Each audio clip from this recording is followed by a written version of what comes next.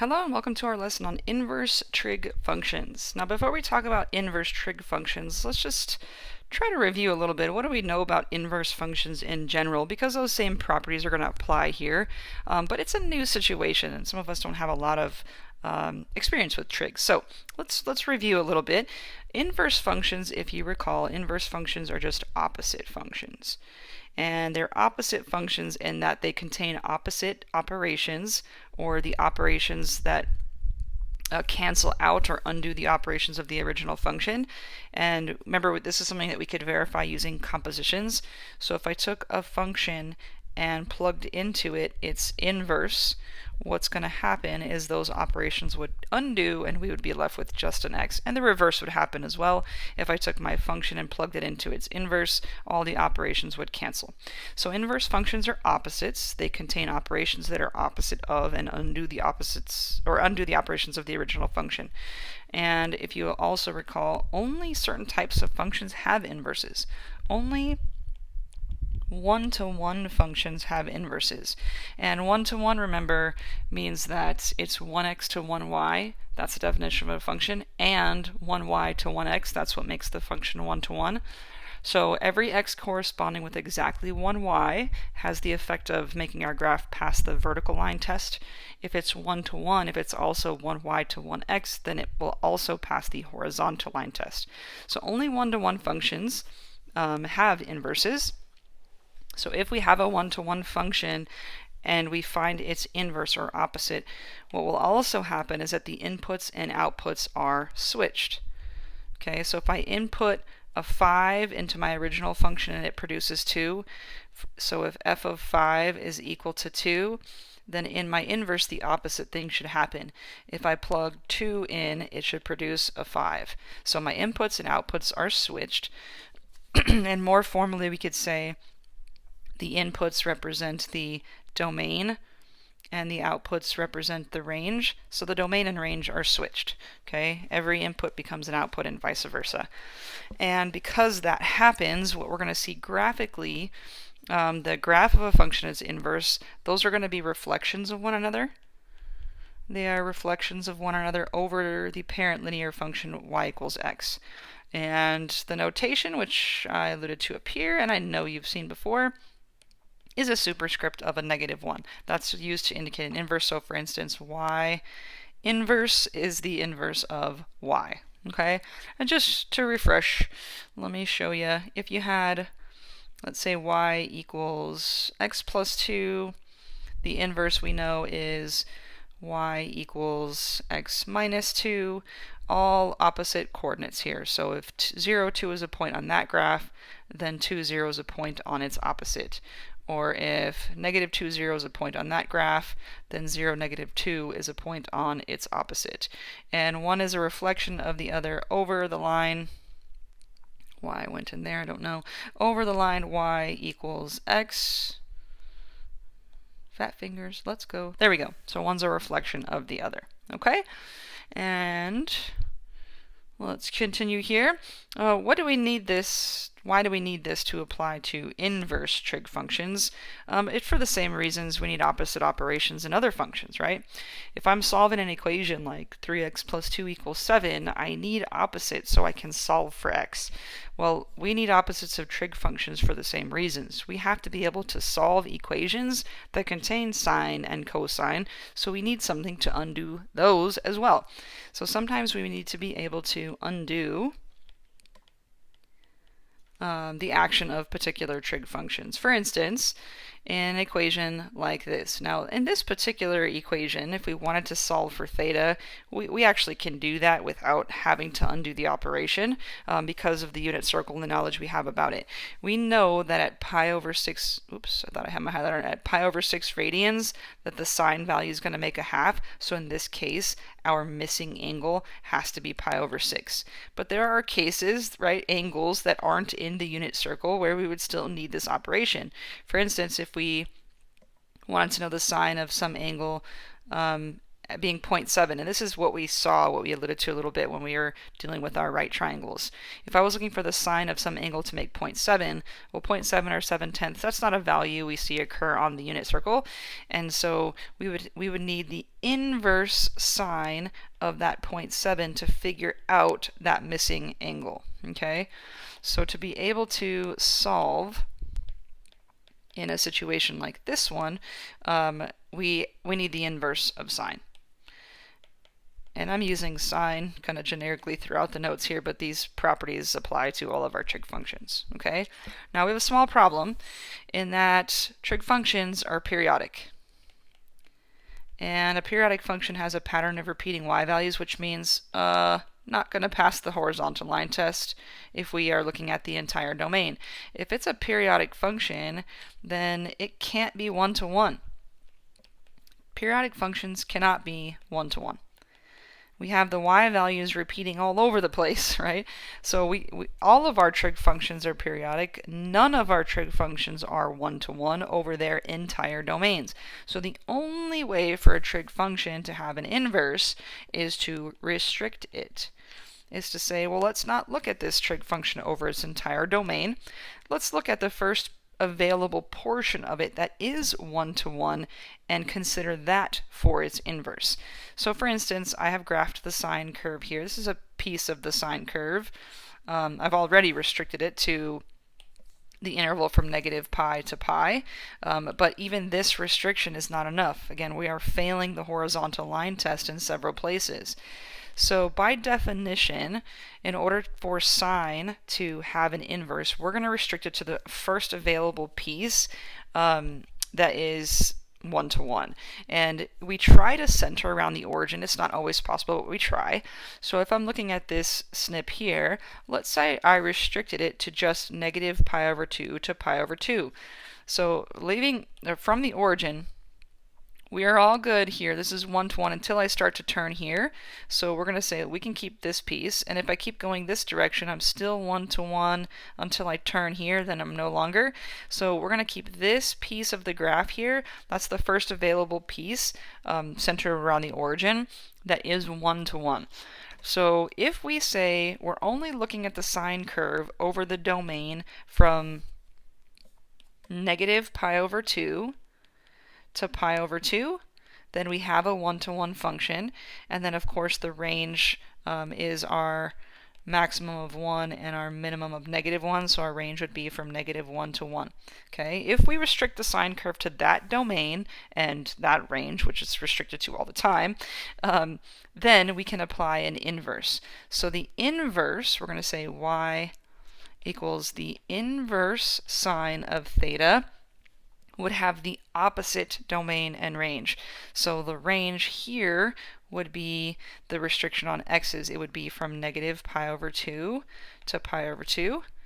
And that's the domain here. No, that's the range. My gosh. My brain.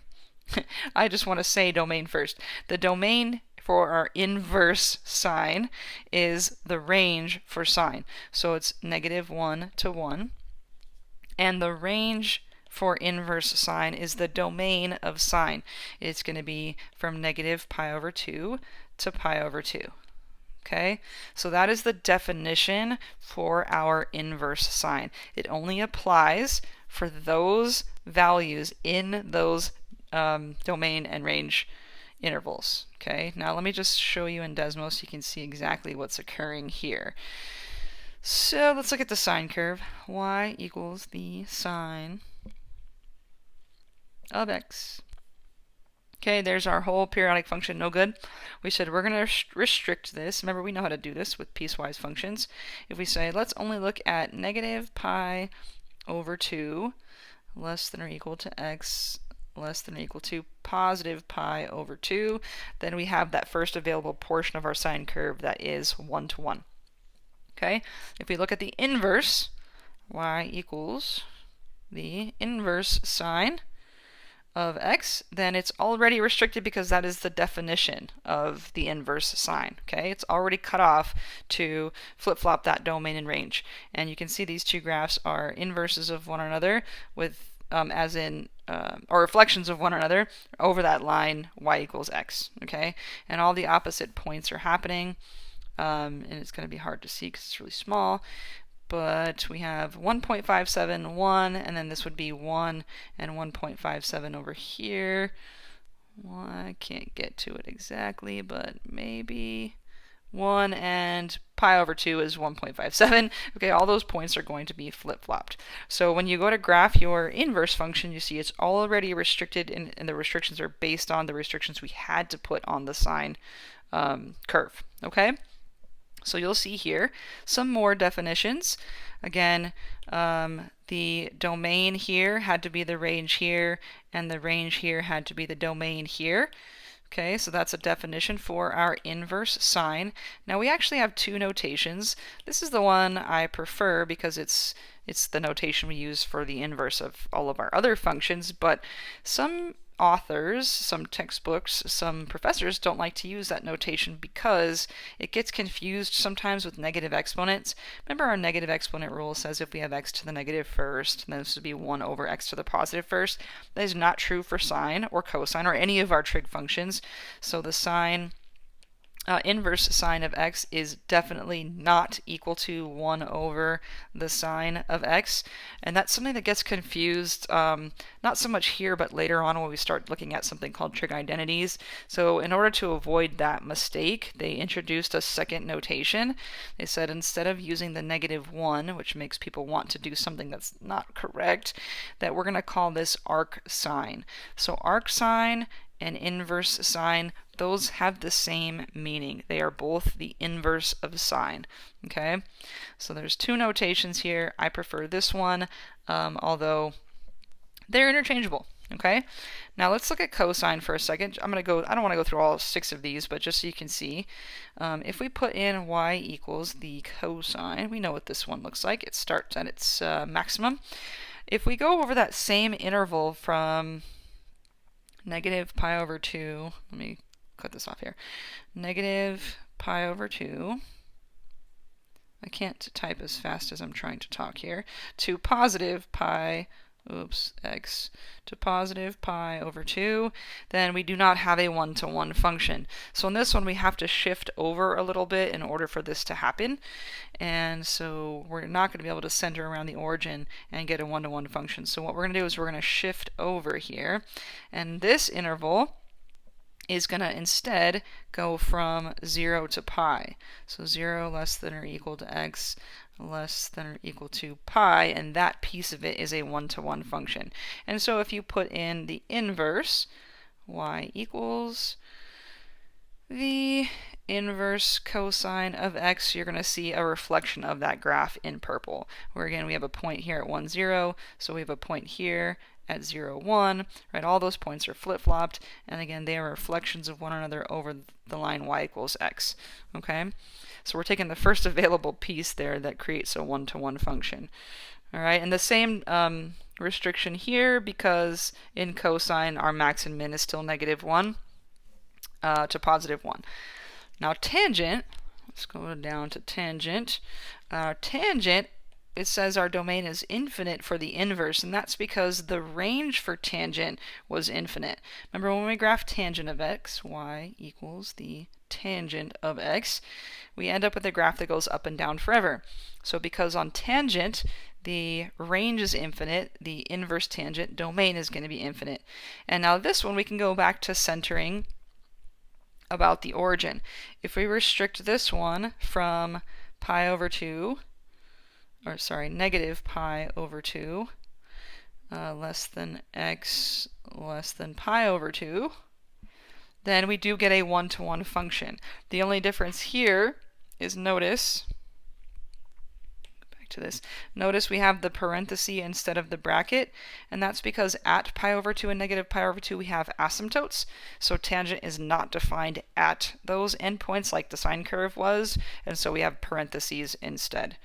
Okay, so if we put in the inverse, y equals the inverse tan of x, you're going to see, the same the same guy here. Okay, so since this one tangent goes up and down forever, you see the inverse tangent going left and right forever. And again, these graphs are reflections of one another over the line y equals x. All their inputs and outputs are going to be flipped. Okay, so you get the idea. Hopefully the same stuff is going to occur as we move through the other inverse functions. They are restricted because they're their inverses, which are the original functions, the original trig functions, have to be restricted to get a one-to-one piece. Okay? Now what we need to be able to do is not so much what we did with our triangles before, where I said, oh, what's the sine of some angle has to make 0.7, right? Where we use inverse sine of that 0.7 to figure out some decimal approximation for the angle. We did that solving in right triangles. What we're going to try to do is relate some of this to the unit circle, right? Using the unit circle to find inverse trig functions. Now, we really have to keep in mind a couple of things. Remember this mistake. We don't want to make that mistake. And the other piece, which is when we're taking the sine of an angle, it spits out a value. What is the value for the sine of that angle? So if I take the sine of pi over 6, I get a value of 1/2. Well, the reverse is what's happening with our inverse, right? Instead of taking the sine of an angle to get a value, we're taking the inverse sine of a value to get an angle. So I'm saying the inverse sine of 1/2 is the angle pi over 6. Okay? So it's the reverse of taking the sine of an angle or the cosine of an angle or the tangent of an angle. I chose sine here, but this applies to all of our trig functions. Is we're taking the inverse sine or inverse cosine or inverse tangent of whatever of a value to find an angle. So we're trying to find an angle. Okay, and again, we're going to try to do some of this stuff with the unit circle, but we have to make sure the values and the angles that we're looking at are in our restricted domains and ranges. So we have to be in the applicable domain or range, and both are things we're going to have to be thinking about. And again, we're going to be trying to use the unit circle to do this work. Okay, so let's try this out here. When we are looking for the arctan of -1, that is the inverse tangent of -1, we are trying to find an angle. Unlike before, we were finding the sine of an angle looking for a value. We were looking for the tangent of an angle, or I gave you the tangent of an angle, we were looking for a value. Here we have the value, we need to find the angle. Okay, in other words, this is saying the tangent of some angle has to be -1. Okay, the tangent of some angle has to be -1. So knowing that, we should be able to find this on our unit circle. Remember, the tangent is a y value over an x value. So what I'm saying here is I got to be able to divide some x and y, which is some sine and some cosine, to get -1. Okay, I got to be able to divide a sine and cosine to get -1. And let me just go back for you here. -1 in tangent, okay, that's going to be an applicable value that's in that domain. And our range is restricted to -pi/2 to pi/2. So when we're looking at tangent, the only places we should be looking for tangent are from -pi/2 to pi/2. So here's 0. -pi/2 is going to be here. Positive pi/2 is going to be here. So this is the only place where we should be looking to find an angle. Okay? So I need for the sine divided by the cosine, the y divided by the x, to get me -1.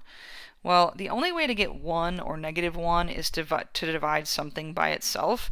So if I divide this sine by this cosine, this sine by this cosine, right, this one by this one, none of those are going to work. The only way to get this to happen is to divide something by itself, right, to get a 1. And what am I doing? Erasing and then unerasing. This is where I'm looking, okay? So it's got to be the result of dividing something by itself. Now, if I divide a positive by a positive, it's going to be a positive. That's no good. So now I'm going to come down here and say, well, if I divide this sine by this cosine, I will get -1. So this y over x is going to get me -1, which means the angle I'm looking at is right here. However, 7 pi over 4 is not the angle that I'm looking at. 7 pi over 4, it's out of that range. That's much bigger than pi over 2.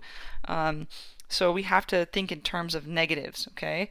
So the angle I'm looking for here, it's technically 7 pi over 4, but because that is not in the range, that is bigger than pi over 2, we're going to go to the negative angle. Remember, this was, change colors here, this is negative pi over 2, so this would be here negative pi over 4, just like this is positive pi over 4. So we're really looking at the angle that is negative pi over 4. And that is the answer to this thing. The inverse tangent of -1 is some angle. That angle is negative pi over 4, which is crazy. Now, I know this is difficult. This is probably a very new and foreign thing for you, but we can still use the calculator a little bit. So inverse tangents, inverse functions, whatever, this calculator will do it. I can put in what's the inverse tangent of -1, but it gives me the decimal. We just found an exact value. Let's make sure it's the same thing. If I take the inverse tangent of where am I going here? Oh, sorry. If I take the tangent moments. If I take the tangent of negative pi over 4, it should get me -1, and it does. And again, if I just put in my negative pi over 4, there's that exact same decimal. Okay, so I can still use the calculator to check my work a little bit here. So weird, I know, it's going to take some practice, but let's try this again. And again and again, and hopefully it'll make more sense as we move along. Okay, so let's try another one. Next one says to find the inverse cosecant of 2. Inverse cosecant of 2, again, what we're looking for is an angle. We're saying that the cosecant of some angle has to get us 2. That's what that's saying, okay? The cosecant of some angle is 2. If I want to figure out what that angle is, I'm going to use the inverse cosecant. Okay, the inverse cosecant of 2 is going to get us that angle. So we are looking for an angle. Now remember that the cosecant is the reciprocal of sine, so we could say 1 over y, but it's the reciprocal of sine. So I'm looking for an angle where the reciprocal of sine is 2. Now again, we have to keep in mind our restrictions, and so let's go to cosecant. Cosecant, let's go to our little table here. Cosecant, the values, 2 lands in there, so we're good there. The angles on the unit circle that we're looking at are from negative pi over 2 to pi over 2, but we have to exclude 0. So negative pi over 2 to pi over 2, same window we were looking at before, just excluding 0. So here, negative pi over 2 to 0, and then 0 to pi over 2. This is our window, it's just we're excluding that spot, okay? So 2 is in our domain. We need to find an angle that is in that range. And again, I want the reciprocal of sine to be 2. So the reciprocal of this sine, not 2. The reciprocal of this sine, not 2. The reciprocal of this sine, not 2. But the reciprocal of this sine is 2. And so we found it. Okay, this is where the reciprocal of sine is 2. Now it happens here as well, but that one's negative, and we want positive 2 this time. So the reciprocal of 1 over 2 is 2, which means our angle is pi over 6, and it's in that range. So our angle is pi over 6. Pi over 6 radians. Okay, so let's use the calculator to confirm. If we took the inverse cosecant of 2, it's going to give us that decimal. That decimal should be, we're saying this is equal to pi over 6. Is it pi over 6? Yeah, same decimal. And again, I could put in the cosecant. cosecant of pi over 6. And this better be 2, and it is. Okay, so we can go in circles a little bit there to check our work using the calculator. And let's try another one. Hopefully this is coming together. Okay, so inverse sine of 2.3 is going to be some angle. That means if we take the sine of that angle, it should take us back to 2.3. But let's go back and look at our restrictions. We're looking for the sine of some angle to be 2.3, but sine, that's restricted to -1 to 1. 2.3 is out of that domain. It's not in there because the max and min of sine is -1 to 1. 2.3 can't happen. And so this is not going to be defined. We are not going to be able to define an angle for which that happens because 2.3 is not in the domain. So that's not, let me change colors here,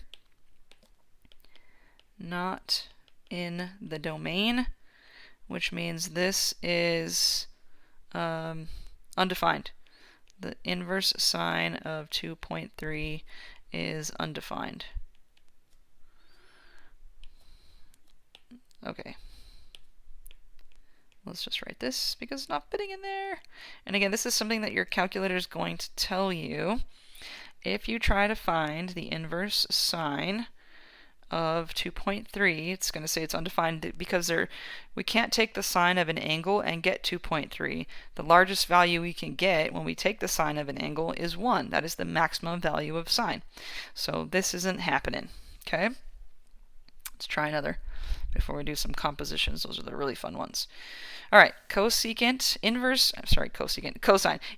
cosine of some angle is going to get us radical 2 over 2. So we are looking for that angle. Okay, so the cosine of some angle is going to get us radical 2 over 2. And remember, the cosine is just the x. So we are looking for an x value here. We have to make sure we're in domain and in range. So radical 2 over 2, approximately how much is that? Rad 2 over 2 is about 0.7. So let's go to our little chart here and make sure cosine's defined at 0.7. 0.7 is definitely in between -1 and 1, so we're good. Okay, so back to this. Cosine, we're looking at the angles from 0 to pi. So let's narrow this down. Cosine is 0 to pi, so that this time we're going from 0 to pi. This is where we're trying to find our angle. And I need for the cosine of that angle to be radical 2 over 2. So the x value should be radical 2 over 2. So where do we have an x value that is radical 2 over 2? X value is radical 2 over 2 is right here. Now it's radical 2 over here as well, but that one's negative, so I don't want that one, which means my angle is pi over 4. My angle is pi over 4. So theta is pi over 4 radians. And again, let's confirm.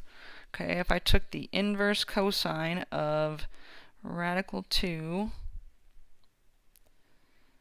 over 2, I'm going to get that decimal, which I'm saying is pi over 4. And in fact it is. And again, let me plug this whole thing in. If I took the cosine of pi over 4, it should take me back to radical 2 over 2, and it does, right? Radical 2 over 2, we said, was that decimal 0.7. Okay, so confirmed. Let's try again and again. Sorry if this is overkill, but these are difficult things. I feel like more examples are better. Let's try another. So this next one says arc secant. Okay, we're looking for the arc secant of -2 over radical 3. That means we are looking for some angle. Okay, the secant of that angle is making a -2 over radical 3. Now, what do we remember about secant? Well, first let's make sure that that is in domain. Okay, -2 over radical 3, -2 over rad 3 is about -1.5. Okay, let's go to secant, arc secant, and what did I say? -1.5. Yeah, that's in there, so we're good. Now the angles that we're looking at are from 0 to pi over 2 and then pi over 2 to pi, but we have to exclude pi over 2 and pi. Okay, so it's basically 0 to pi, but we gotta not look at pi over 2. So let's go back here. 0 to pi, but it says exclude pi over 2, and it said exclude pi. So in between 0 and pi over 2, and pi over 2 and pi. Okay. Secant. Secant, remember, is the reciprocal of cosine. So the reciprocal of cosine, or 1 over x, okay, reciprocal of cosine. So I'm looking for the reciprocal of the cosine of some angle in that highlighted area there, that highlighted range there, to be a negative 2 over radical 3. So a negative 2 over radical 3, I can see it. If I flip this guy over here, I'm going to get negative 2 over radical 3, which means my angle has to be 5 pi over 6. So 5 pi over 6, and theta has to equal 5 pi over 6 radians. Okay, and let's check. If I take the arc secant, inverse secant of negative 2 over radical 3, I'm saying that that's 5 pi over 6, so let's see if 5 pi over 6 gives us the same decimal. And it does. Confirmation. Okay? Hopefully it's coming together. We got 2 more here. Now these are tricky because we're looking at compositions here. We're basically doing 2 things. I'm trying to find the inverse sine of a sine value. So we're going to work inside the innermost parentheses here first. We're going to start by finding the sine of 3 pi over 4. Sine of 3 pi over 4. Okay, let's go to 3 pi over 4. We're here. What is our sine? It's radical 2 over 2. So this is really saying to find the arc sine of radical 2 over 2. So we had 1 extra step to take here. Arc sine of radical 2 over 2. Sine, remember, was restricted to negative pi over 2 to pi over 2, so we're in this window, and radical 2 over 2, I know I found this decimal already, but just making sure it's in domain. Yeah, sine goes from negative 1 to 1, first max and min, that's definitely in there. So I'm looking for some angle, right? The sine of some angle, which should be radical 2 over 2. In that highlighted area, I do have a sine that is radical 2 over 2, happens right there, which means my angle is pi over 4. So theta is pi over 4. Okay, and again, I can confirm this. Let's see, if I put in the arc sine, the sine inverse of the sine, functions of the sine of, it was 3 pi over 4, 3 pi over 4, then I should get pi over 4. So let me put pi over 4 in, and yep, those decimals are the same. So we're good, we did it. Alright, one last one. One last one. And then you're left to your own devices. Oh my gosh. Hopefully you can do this. It's going to take some practice, guys. I know this is pretty tough. Probably one of the tougher things we've done. Unless you're thinking it's easy, then just ignore me. Alright, so inverse tangent of the tangent of 7 pi over 6. 7 pi over 6 tangent first. Let's figure out what that is. Back to red. Tangent of 7 pi over 6. If I go to 7 pi over 6, that is here. If I want the, what was it again? The tangent of that. Tangent of that is this y value over this x value. Tangent of 7 pi over 6 is going to be negative 1/2 over negative radical 3 over 2. And I erase something over here. Okay, so tangent of 7 pi over 6 is a negative 1/2 over a negative radical 3 over 2, which the negative is going to cancel, and the 2's are going to cancel. We're going to be left with 1 over radical 3. And I know that can be rationalized. Words can be rationalized, but I'm not going to worry about that right now because we're going to have to go another step with this. So now we know that the tangent of 7 pi over 6 is 1 over radical 3. Just make sure I divided that right. Yep, 1 over radical 3. And so we are looking for the inverse tangent of 1 over radical 3. Now tangent had the infinite domain, so I know that value is going to be in there, but I want to make sure I'm looking for an angle in the right region. So tangent, I remember tangent. Tangent can go from negative pi over 2 to pi over 2. Okay, so we're in here, and I'm looking for, with inverse tangent, again, this is the tangent, this is some angle I'm looking for, okay? The tangent of that angle is going to be 1 over radical 3, which means I have to divide some y value by some x value to get a radical 3. So where in here can I divide an a y by an x to get a radical 3? It's going to happen right here. So I know it's got to be positive, right? So I'm not going to be dealing with anything that's in this negative area. And I have two options really with radical 3's, but if I divide radical 3 over 2 by a half, actually I think I have this backwards. If I divide these are going to cancel and get me radical 3. Here, if I divide that y by that x, I think that's what I want. The 2's are going to cancel. I'm left with 1 over radical 3. That's what I wanted to happen, right? I wanted a 1 over radical 3. Yep. Which means that is my angle, pi over 6. So that means theta is pi over 6. Woof. That's where we separate the weak from the strong, right? Okay, let's use calculator to confirm.